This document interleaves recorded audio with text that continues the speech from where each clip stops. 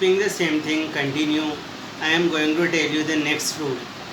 See at the whiteboard, sorry, you will find some more specific word like at this time, at this moment. These two words, if they are written in a particular sentence along with tomorrow and the time that is about to come, the next along with time, whatever there may be, like the next day, the next week, but the specific word like at this time, at this moment, if they are written along with that tomorrow and the time about to come, you will have to apply future continuous verb form. And in future continuous tense, shall be is applied along with I and we, and will be is applied along with he, she, it, name, you, they, both singular and plural categories. Clear? Now see the exercise. You. Now you belong in singular and plural category, means in the category of he, she, it, name, you, they. You will have to apply will be.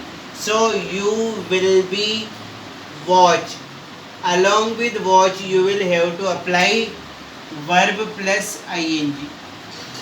What will you have to apply here? Verb plus ing.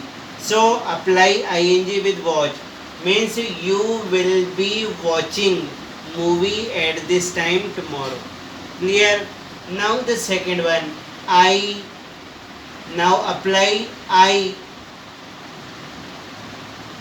You will have to apply shall be along with I. Now I and there is not also, so apply not like this. I shall not be taking bath at this moment, the next day.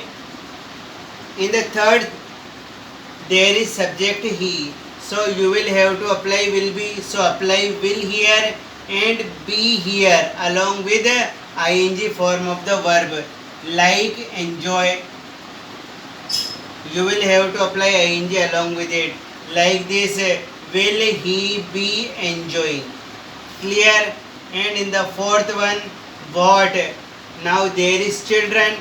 Children belongs in the category of plural, so again you will have to apply will be, so apply will here and be along with doing here at this moment, the next week. Clear? Now I am going to give you some exercise.